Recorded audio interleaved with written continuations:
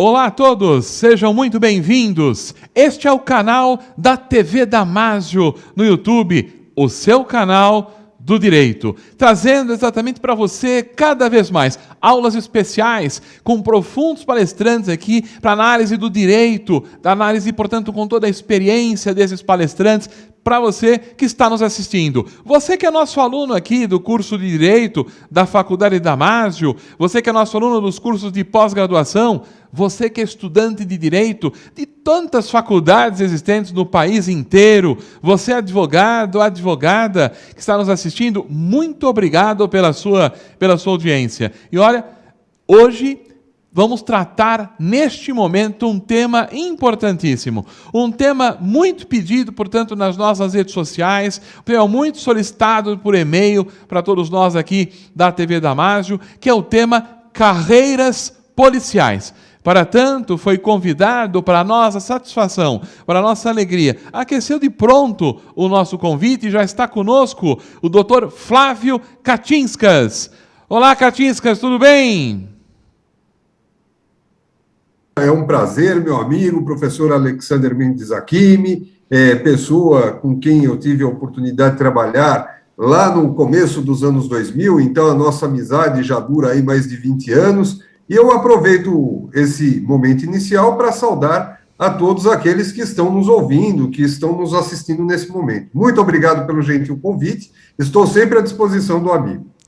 Muito obrigado, professor Flávio Katinskas. É uma satisfação e uma alegria do Damásio Educacional poder contar com a palestra do professor, que é justamente, o professor é um profissional de larga experiência neste tema de carreiras policiais, né? Hoje, o professor Flávio Katinskas é advogado, mas até pouco tempo, né, foi delegado de Polícia Civil no estado de São Paulo, hoje está aposentado, mas exerceu, portanto, ali a função de delegado de polícia por muitos anos, é professor do curso de Direito da Universidade Paulista, a Unip, vice-presidente da Associação Brasileira de Direito Educacional, a ABRAD, é mestre e doutor em Direito pela Universidade Metropolitana de Santos, a Unimes, e também é presidente da Comissão de Direito Penal e Processo Penal da Subseção Butantã, da OAB de São Paulo, além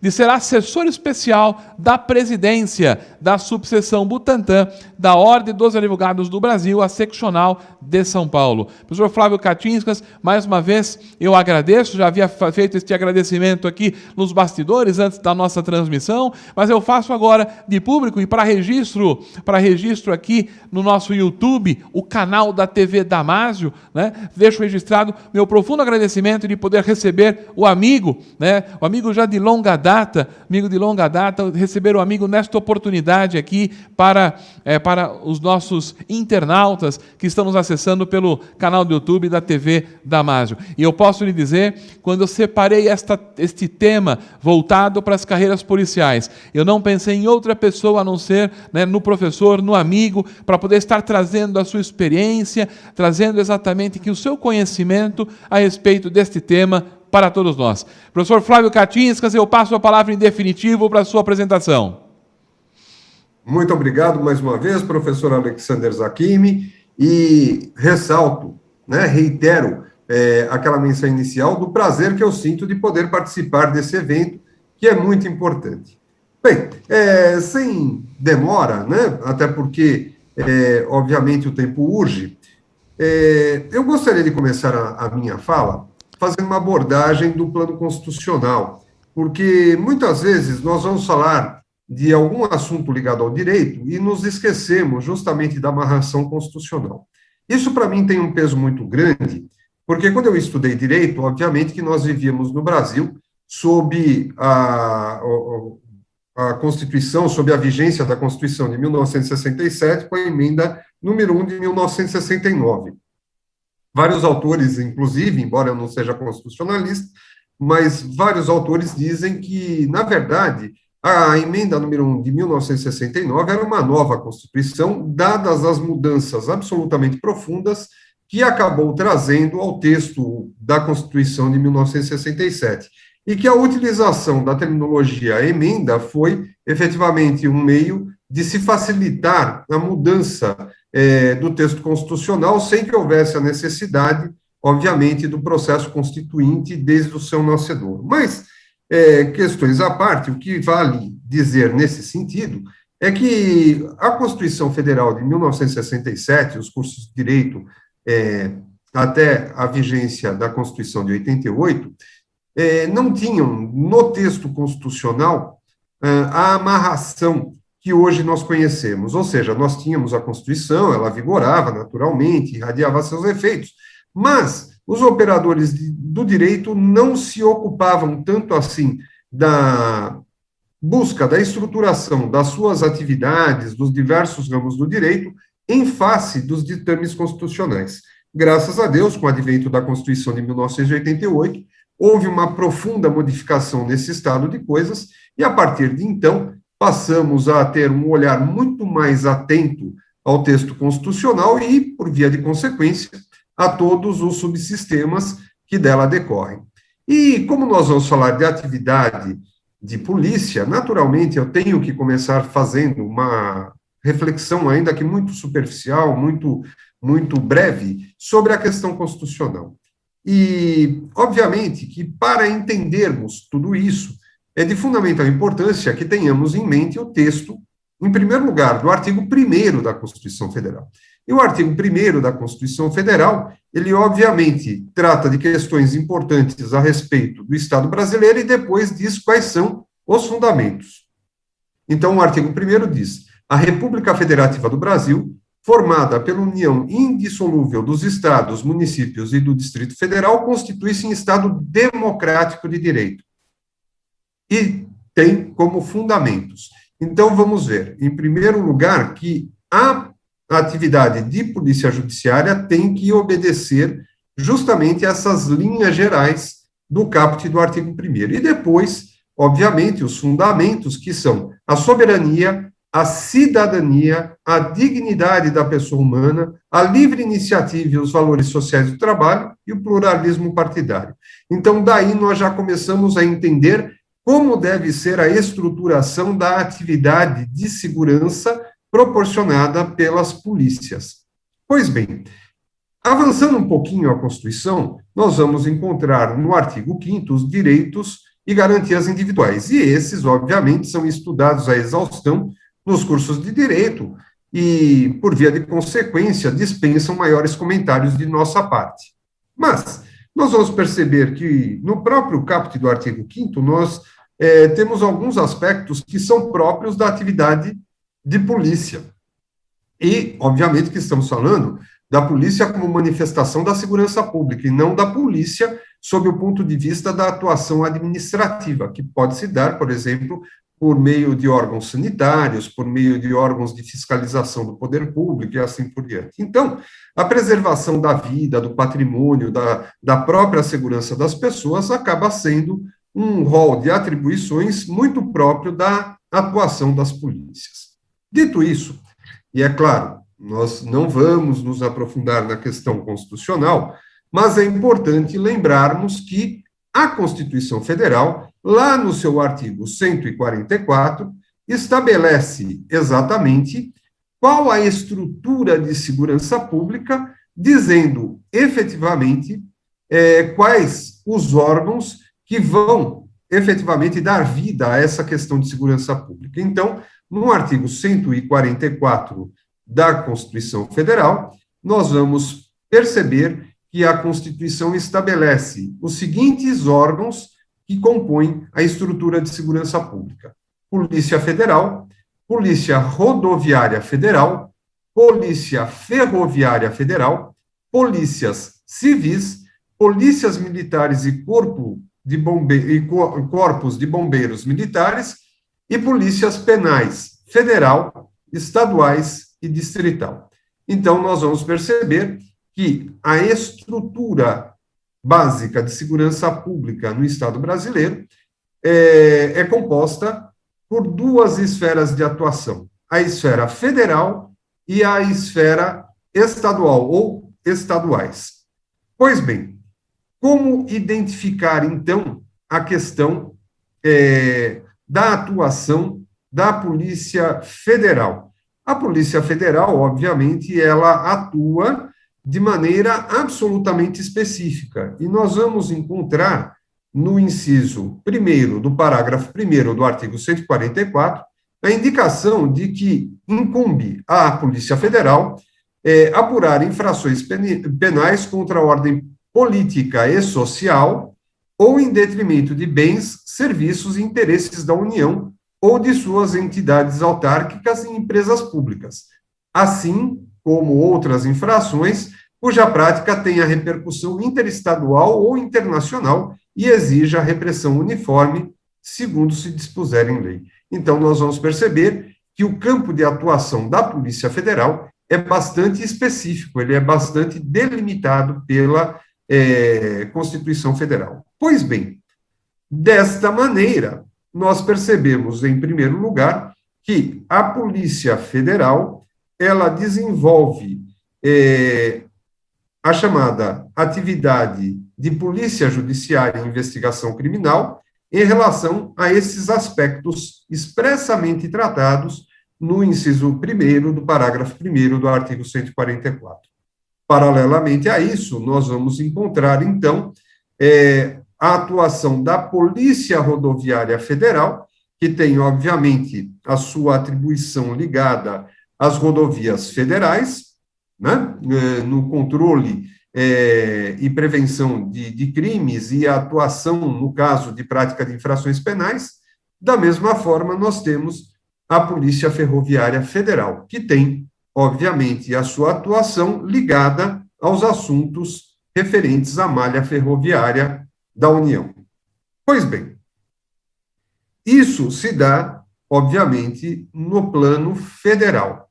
Só que nós sabemos que a estrutura da Polícia Federal, a estrutura da Polícia Rodoviária Federal e a estrutura da Polícia Ferroviária Federal são pequenas em relação à complexidade dos problemas que temos num país como o Brasil, com mais de 8 milhões e 500 mil quilômetros quadrados de terras contínuas. Portanto, não seria razoável imaginarmos que os organismos federais tivessem uma atribuição muito elástica, porque isso demandaria aí um corpo de profissionais em cada uma dessas estruturas bastante grande, bastante complexo. E, obviamente, que isso acabaria onerando sobremaneira o poder público federal. Pois bem, por conta disso, nós temos, no âmbito dos estados, as estruturas de polícia civil e de polícia militar. Isso estabelecido, obviamente, pela Constituição Federal. E, juntamente com a polícia militar, os corpos de bombeiros militares. Por que nós temos essa divisão? Em primeiro lugar, porque, obviamente, os estados, num país gigantesco como o Brasil, apresentam características muito próprias. E, obviamente, fica difícil aquela uniformização que caracteriza a atuação da Polícia Federal para todos os estados. Nós sabemos que, de um estado para o outro, existem diferenças culturais, existem diferenças sociais, econômicas, históricas, que efetivamente demandam um aparato policial afinado, amoldado a essas realidades. Por isso, então, a Constituição, no meu singelo modo de entender, de maneira absolutamente acertada, estabeleceu que a prevenção de crimes e a repressão de crimes, de uma maneira geral, desde que não estejam amoldados àquilo que vimos no inciso 1º do parágrafo 1º do artigo 144, deverá ficar a cargo das polícias estaduais. E como nós tratamos isso no nosso dia a dia, na nossa realidade? Percebemos que a Polícia Militar, ela tem como função precípua a atividade de policiamento preventivo e ostensivo.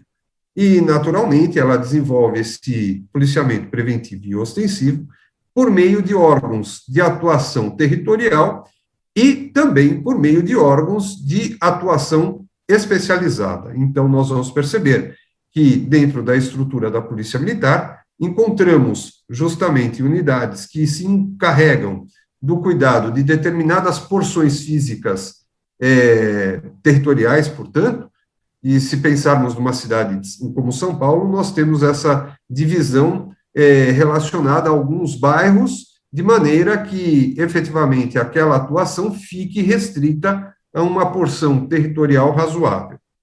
Se fosse uma cidade pequena do interior, obviamente não haveria essa divisão, nós teríamos simplesmente uma única unidade da Polícia Militar cuidando das questões de todo o município.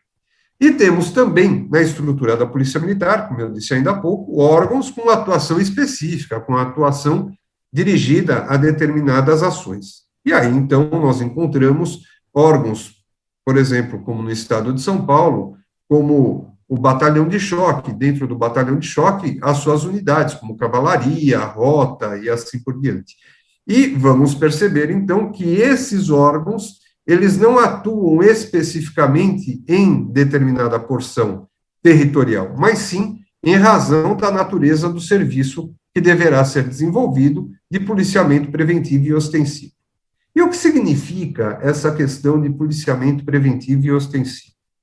Na verdade, a Polícia Militar, ela desempenha uma função importantíssima, da mais alta relevância, porque nós sabemos que a primeira forma de se evitar atos transgressores é justamente a presença física do Estado. E essa presença física do Estado tem que se dar de maneira que as pessoas que estão propensas à prática de atos desviantes percebam a existência do Estado na figura do policial. Daí, então, as polícias militares trabalharem, né, com exceção dos serviços velados, dos serviços reservados, elas trabalham fardadas, ou seja, de maneira que uma pessoa visualize a presença do policial militar e, portanto, ali sinta a presença do Estado. Então, obviamente, nós já temos o primeiro enfrentamento, por assim dizer, da possibilidade de crime com a presença física e identificada dos policiais militares. Muito bem, mas só isso basta? Não. Há necessidade, naturalmente, de realização de atividades bastante complexas de policiamento, de rondas, de abordagens que levem, obviamente, à não ocorrência da prática do crime. Por quê? Porque uma vez ocorrida a prática do crime, naturalmente, a lesão ao bem juridicamente tutelado já foi realizada, ou então o bem jurídico tutelado já foi colocado em situação de vulnerabilidade. E, neste caso, então, obviamente, deixa de haver a atuação do policiamento preventivo ostensivo para que comece, então, a necessidade de atuação da Polícia Judiciária. Polícia Judiciária, que nos termos da Constituição Federal, no âmbito dos estados, deve ser desenvolvida pelas polícias civis, né? Muito bem. As polícias civis, então, sob o ponto de vista constitucional e mesmo do nosso ordenamento processual, ela se dá justamente para a formalização dos atos em razão da prática de uma infração penal. Sempre que ocorre uma infração penal, então, além dos registros que são feitos pela Polícia Militar, invariavelmente, nós temos a atuação da Polícia Civil, justamente para que possamos dar desenvolvimento àqueles mandamentos do sistema jurídico vigente, para que possamos, então, levar, depois de terminados todos os atos necessários, esse assunto à esfera do Poder Judiciário, para que o Ministério Público, então, forme a sua opinião, a sua opinião delicti. E aí verifique, obviamente, se é o caso ou não do desencadeamento da ação penal. Isso, obviamente, falando dos crimes de ação penal pública. Se for um crime de ação penal privada, em havendo a conclusão dessa atividade da Polícia Judiciária, da Polícia Civil, nós teremos, então, a atuação da vítima por meio do seu advogado para que promova, para que provoque a atuação do órgão jurisdicional. Pois bem, quando nós falamos isso, sob o ponto de vista teórico, fica muito claro, fica muito tranquilo. Essa divisão parece absolutamente natural, diria até uma consequência inafastável do dia a dia. Todavia, quando nós atuamos, quando nós experimentamos a realidade das ruas, a realidade do fato social, constatamos que as coisas não se dão de maneira tão estanque, de maneira tão separada. O que eu quero dizer com isso? Quando nós percebemos que ocorreu um crime, na esmagadora maioria das vezes, quem em primeiro lugar atende à ocorrência é a Polícia Militar. Então, vejam, senhores, não é a atividade de policiamento preventivo e repressivo, nós já temos o crime cometido, mas no mais das vezes, a Polícia Militar quem em primeiro lugar é acionada e se desloca até o local dos fatos para as providências iniciais. O que fazem os policiais militares, até por uma questão de protocolo de atendimento de ocorrências, nessas ocasiões? Eles, obviamente, constatam aquilo que aconteceu, buscam os primeiros elementos necessários à formalização dos atos e depois apresentam esses dados na delegacia de polícia respectiva. Obviamente que essas informações, elas são levadas à Polícia Civil para que haja a documentação e início das atividades de registro e investigação. Então, vejam, senhores, a Polícia Militar, que deveria agir antes do crime, teoricamente, ela agiu depois do crime. E, de outro lado, quando uma viatura da Polícia Civil está em deslocamento, naturalmente, se faz sentir também a presença do Estado. Significa dizer que, embora não seja atividade precípua, não seja a atividade principal da Polícia Civil, ela acaba, quando está na rua, também realizando o chamado policiamento preventivo. Tanto é verdade que a própria lei orgânica da Polícia Civil, que é a lei 207 de 79, ela fala de uma atividade própria da Polícia Civil chamada policiamento preventivo especializado. Ou seja, a atividade da Polícia Civil prevenindo a prática de crimes.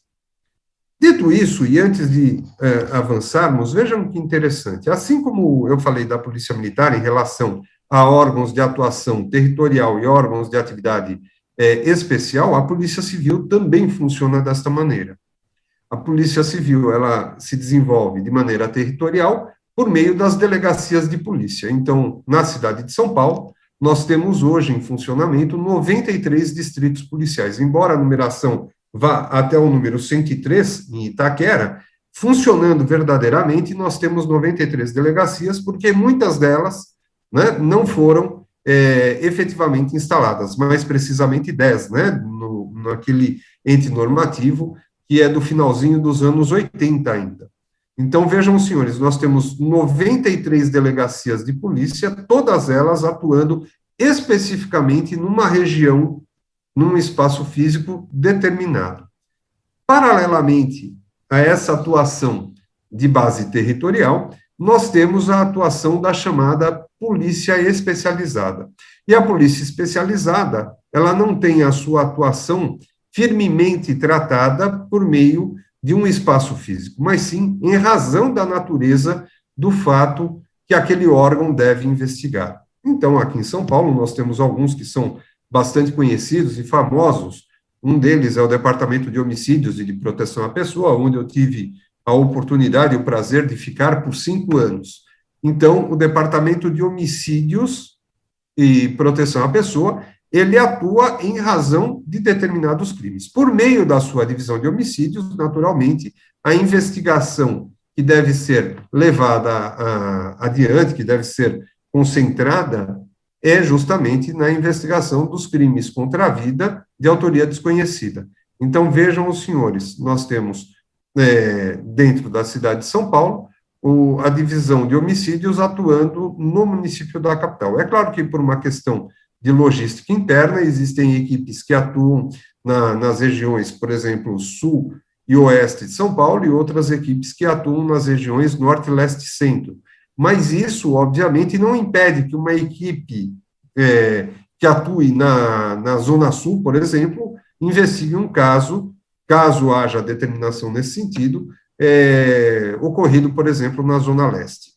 E temos ainda a possibilidade do DHPP prestar auxílio em unidades do interior e até de outros estados, como já ocorreu várias vezes. Hoje em dia já é mais raro por conta da estruturação das polícias nos estados, de uma maneira geral. Mas, até o início dos anos 90, não era incomum que outros estados da federação pedissem o assessoramento do Departamento de Homicídios de São Paulo, mais especificamente da Divisão de Homicídios, para a investigação de homicídios de difícil esclarecimento, de difícil elucidação.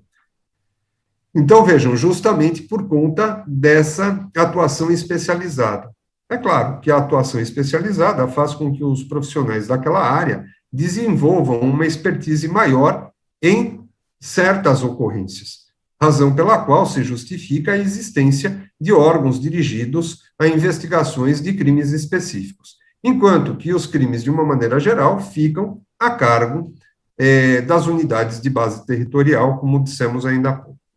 Pois bem, dito isso, ainda no âmbito da Constituição Federal, nós vamos perceber que, embora não seja órgão de polícia, também é órgão importante para a nossa estrutura e, portanto, por ser um órgão importante para a nossa estrutura de segurança pública, que são as guardas municipais. E as guardas municipais estão disciplinadas hoje por meio da Lei 13.022, de 8 de agosto de 2014, que trata justamente do Estatuto Geral das Guardas Municipais. E, obviamente, que lendo o texto constitucional, nós vamos perceber que as guardas municipais, elas existem em função de uma criação local, ou seja, não é uma imposição da Constituição. Cabe aos municípios, quando entendem necessário, a criação da Guarda Municipal. E, obviamente, que o Estatuto Geral vai dar, então, as linhas de atuação, justamente para que não haja um conflito, um confronto com os outros organismos de segurança que são tratados na Constituição e que já tem na Constituição a indicação mais clara, mais precisa daquilo que deverão desenvolver. De uma maneira muito geral, muito ampla, nós poderíamos dizer que as guardas municipais, quando instituídas, elas têm como atividade principal justamente a preservação das estruturas municipais, parques, praças, edifícios públicos, enfim, escolas municipais, todos os aparelhos municipais, então, ficam sob a atuação das guardas municipais. Evidentemente que as guardas municipais, elas acabam ajudando na realização da atuação dos órgãos de segurança pública, na medida em que, uma vez nas ruas, os guardas municipais, eles acabam, muitas vezes, realizando, de forma não principal, mas também bastante importante, a atuação preventiva ostensiva, que é missão constitucional das polícias militares. Então, nesse particular, criada a Guarda Municipal, ela, obviamente, acabará sendo dirigida justamente à proteção das questões municipais e no auxílio também de grandes eventos do município. E logo que eu me aposentei, em 2017, eu assumi o cargo de secretário municipal de Segurança e Defesa Social de um município chamado Cabreúva, entre Jundiaí e Itu, aqui no interior próximo à capital. E, obviamente, que, como é uma cidade que tem uma vocação bastante grande a certas comemorações, a certas festas, havia, obviamente, a aglomeração de pessoas em vários momentos do ano. E, além dos organismos de segurança pública, fundamentalmente a Polícia Militar, a Guarda Municipal sempre atuava de maneira a auxiliar na realização desses eventos da maneira mais ordeira, da maneira mais pacífica possível, para que os munícipes e os visitantes do município tivessem segurança, tivessem o amparo, o apoio para aquele período de festejos, de comemorações.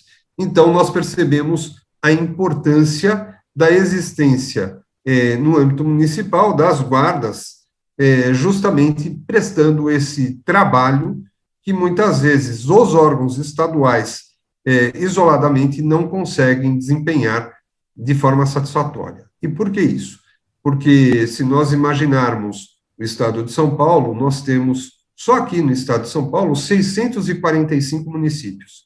Se pegarmos um estado como Minas Gerais, que tem uma porção territorial muito maior do que o estado de São Paulo, nós vamos perceber um número muito maior de municípios. Então, obviamente, se nós dependermos exclusivamente dos recursos do Estado para as questões de segurança, assim como as questões de educação, questões de saúde, obviamente nós deixaremos a nossa sociedade numa situação desconfortável, numa situação de demanda reprimida.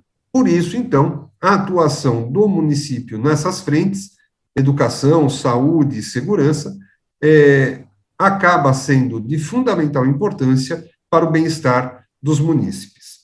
Dito isso, meus amigos, e obviamente feita essa abordagem, é claro que em larga medida tudo que eu falei aqui no estado de São Paulo acaba sendo observado no resto do Brasil, não porque nós exportamos para o resto do Brasil essa expertise ou essas linhas, mas porque essas estruturas, elas vêm sendo aperfeiçoadas ao longo da história, e não ao longo da história do estado de São Paulo ou do estado A, B ou C, né? Mas sim dos estados como um todo. Muito bem. Para a realização da atividade da Polícia Militar, nós vamos perceber que existem, dentro da estrutura da Polícia Militar, duas grandes frentes. A frente que eu chamaria das praças, que efetivamente são integradas pelos policiais que não ocupam o oficialato, então falamos de soldados, cabos e sargentos, e falamos da outra grande frente, que é justamente do oficialato. E aí, então, pensamos em tenente, capitão, major, tenente-coronel e coronel. E como funciona isso? A Polícia Militar, ela é estruturada como organismo de natureza militar em pilares que são conhecidos como hierarquia e disciplina. Então, nós vamos perceber que a questão de hierarquia e disciplina é muito forte, é muito marcante na estrutura militar. E aqui, obviamente, nós rendemos homenagens à existência dessa estrutura, porque nós sabemos que, se não houvesse essa questão tão forte de hierarquia e disciplina, certamente seria muito difícil a atuação harmônica dos órgãos e agentes em função da vastidão. Então, se pegarmos o estado de São Paulo mais uma vez, nós vamos perceber aí um corpo de policiais militares da ordem de 90 mil pessoas. Imaginem se esse corpo gigantesco não tivesse uma estruturação muito rígida, muito firme. Naturalmente, isso poderia trazer consequências extremamente danosas ao desempenho das atividades de segurança pública. Naturalmente que existe uma divisão de atribuições, e aqui eu falo, obviamente, da complexidade, levando-se em consideração o nível hierárquico ocupado. Obviamente que um soldado não pode ter a incumbência, não pode ter a responsabilidade que efetivamente é cometida a um cabo. Por quê? Porque o cabo é o superior imediato. Então, na linha de comando, o soldado deve se reportar ao cabo. E o cabo, por sua vez, deve se reportar ao sargento. E assim vamos na hierarquia militar. Evidentemente que essas atribuições todas, elas são divididas para que haja a maior efetividade operacional possível. Ok? Então, obviamente, nós vamos perceber que, além da questão do nível hierárquico, a questão de antiguidade em relação ao organismo militar também tem um peso bastante significativo. Se tivermos dois militares de idêntico nível hierárquico, o mais antigo, efetivamente, tem a palavra final em relação àquela situação vivenciada. No caso da Polícia Federal e da Polícia Civil, nós vamos perceber uma diferença acentuada. Por quê? Porque cada carreira que integra a estrutura da Polícia Federal e da Polícia Civil, ela demanda um concurso público específico. Então, diferentemente da Polícia Militar, em que a pessoa, por exemplo, ingressa como soldado e pode chegar a sargento, ou então presta um concurso para tenente e pode galgar degraus até chegar ao posto de tenente-coronel, no caso da Polícia Federal e no caso da Polícia Civil, nós não verificamos isso, nós verificamos uma necessidade de concursos específicos, para que os senhores tenham uma ideia. Quando eu entrei na Polícia Civil do Estado de São Paulo, em 1986, eu ingressei como escriturário, que é uma carreira administrativa. Pois bem, um ano depois, eu, em função de aprovação em novo concurso público, me tornei investigador de polícia. Fiquei 3 anos e meio como investigador de polícia enquanto cursava a Faculdade de Direito. Terminei a Faculdade de Direito em dezembro de 1990 e, após nova aprovação em concurso público, tornei-me delegado de polícia em junho de 91. Então, como podem perceber, eu tive aí 31 anos de polícia, 26 dos quais como delegado. Só que, a cada nova função, obviamente que eu tive que prestar um novo concurso público, concorrendo com os candidatos que, eventualmente, já pertenciam à Polícia Civil, candidatos que pertenciam à Polícia Militar, por exemplo, no meu concurso, inclusive, de delegado, nós tivemos vários colegas que vinham da Polícia Militar, e, obviamente, dentro de cada uma das carreiras da Polícia Civil, existe a possibilidade de ascensão, que nós chamaríamos aí de uma ascensão vertical, ou seja, mudança de nível hierárquico sem sair da mesma carreira. Então, a pessoa entra como delegado. No meu caso, na época em que eu ingressei na Polícia Civil, era diferente. Nós começávamos na 5ª classe e tínhamos condições de chegar até a classe especial, que é o ápice da carreira de delegado de polícia. E um investigador de polícia? Quando eu era investigador de polícia, ainda era tratado o cargo por níveis. Hoje, nós tratamos igualmente ao delegado de polícia, né, em função das mudanças legais ocorridas nesse período. Então, nós temos aí o investigador de polícia, assim como as outras carreiras, inclusive a de delegado, ingressando hoje na 3ª classe e podendo chegar até a classe especial. Então, 3ª classe, 2ª classe, 1ª classe, classe especial. Pois bem, e por que existem várias carreiras dentro da Polícia Federal e da Polícia Civil? Justamente porque a Polícia Federal e a Polícia Civil desenvolvem as atividades de polícia judiciária e de investigação criminal. Portanto, há necessidade de especificidades de cada corpo de profissionais. Então, o delegado de polícia, em função daquilo que estabelece a Constituição Federal e, mais exatamente, o Código de Processo Penal, tem o dever, obviamente, de comandar, dirigir, presidir a atuação do organismo de polícia judiciária com vistas à apuração de fatos penalmente relevantes e respectivas autorias. E, nos termos do Código de Processo Penal, obviamente, promover a coleção dos elementos informativos que darão condições para que haja ou não a deflagração da ação penal. E depois, inclusive, eu ouso dizer, até a própria atuação do magistrado, caso haja um decreto condenatório, no sentido de que a atividade desenvolvida pela polícia ajuda justamente o magistrado a verificar o tanto preconizado no artigo 59 do Código Penal por ocasião da dosimetria da pena. vida pregressa, personalidade, culpabilidade, comportamento social, tudo isso pode e deve ser realizado na fase de inquérito policial, subsidiando, eventualmente, a atividade do juiz, no momento em que ele faz o cálculo da pena, no caso, naturalmente, de uma condenação. Então, vejam, os senhores, um investigador de polícia, o que ele faz verdadeiramente? O trabalho de campo.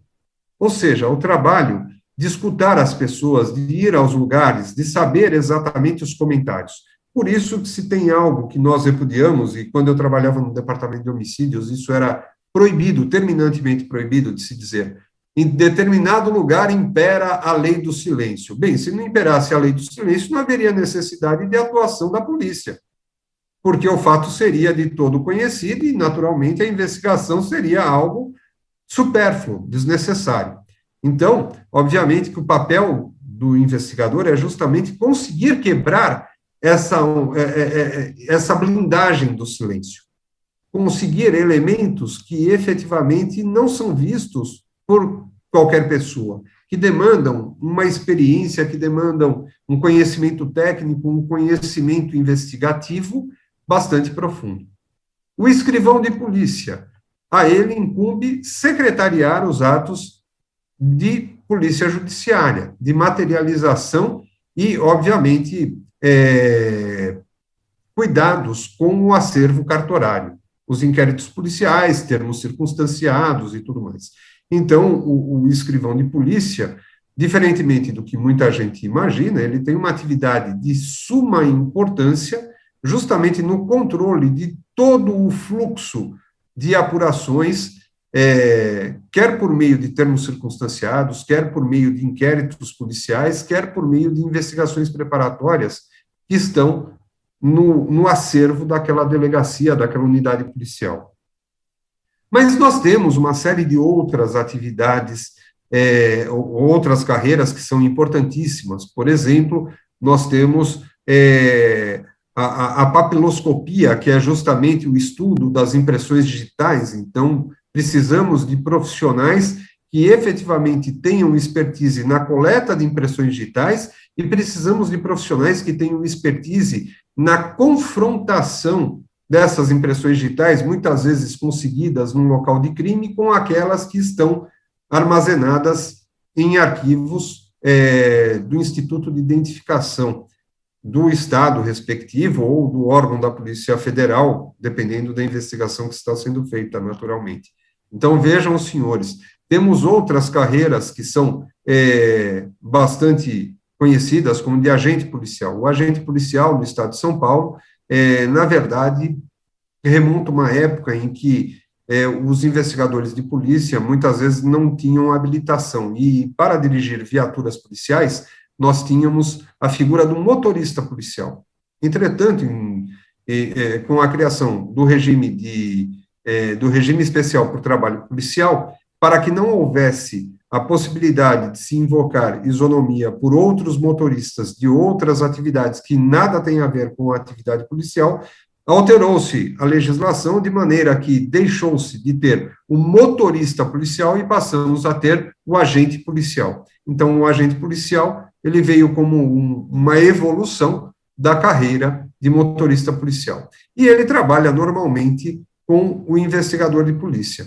Naturalmente, o investigador de polícia, quando estão trabalhando conjuntamente agente policial e investigador de polícia, o investigador de polícia, até pela sua posição hierárquica, remuneração, nível de escolaridade, obviamente, tem uma responsabilidade maior que a do agente policial. Nem poderia ser diferente.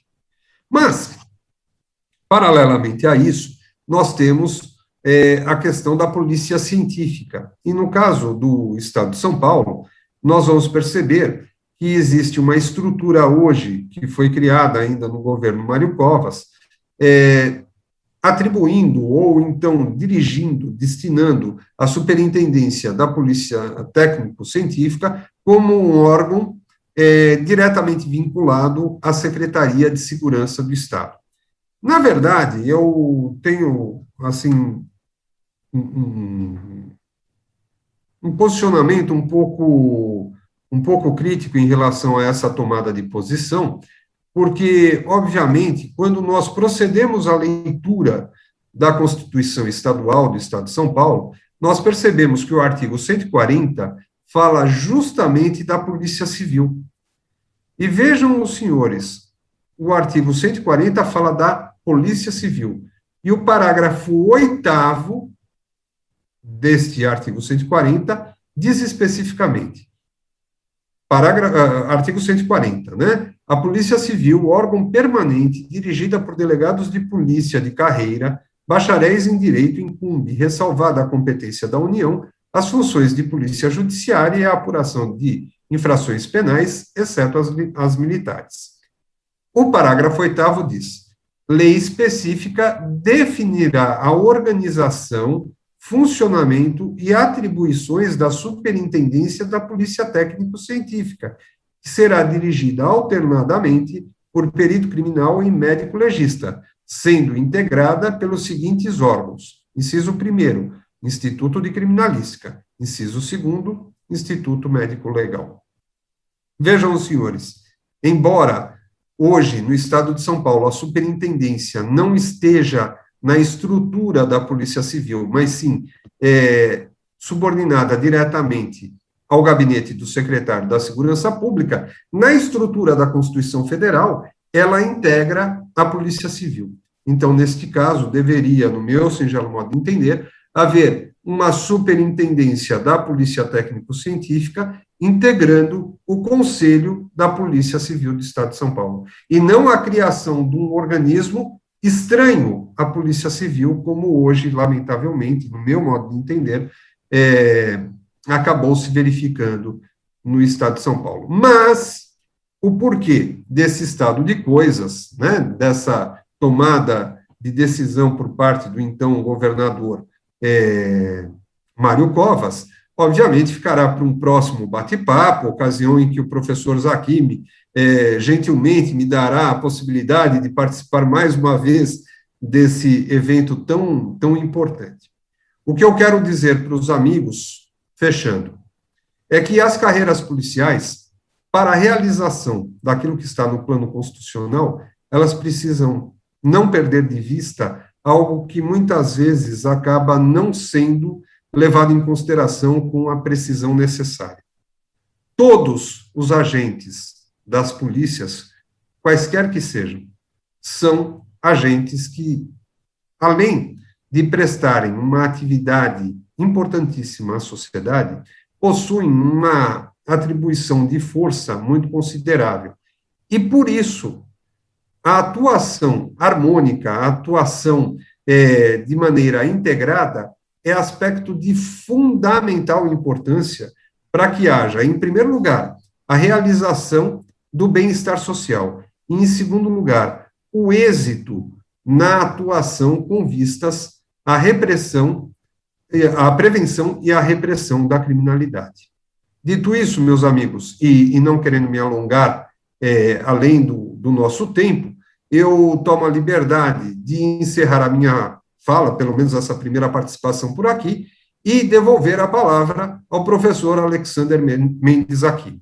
Muito obrigado a todos pela atenção, pelo carinho, e espero não ter levado os senhores à exaustão. Muito obrigado.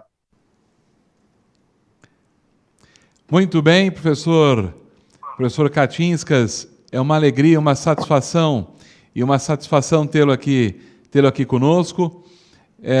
Muito obrigado pela sua palestra.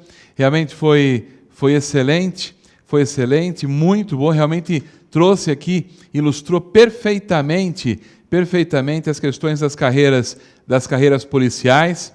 E eu quero só mais uma vez reiterar que o agradecimento e tudo é uma satisfação e uma alegria tê-lo conosco aqui no Damásio Educacional. É uma satisfação.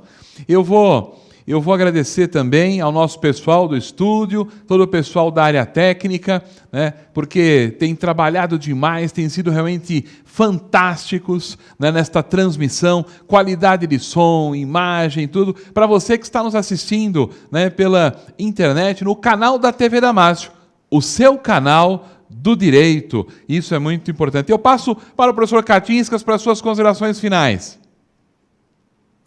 Muito obrigado, professor Zakimi. Mais uma vez, agradeço o carinho, o convite, a possibilidade que me foi concedida. Gostaria, justamente, de fazer um convite.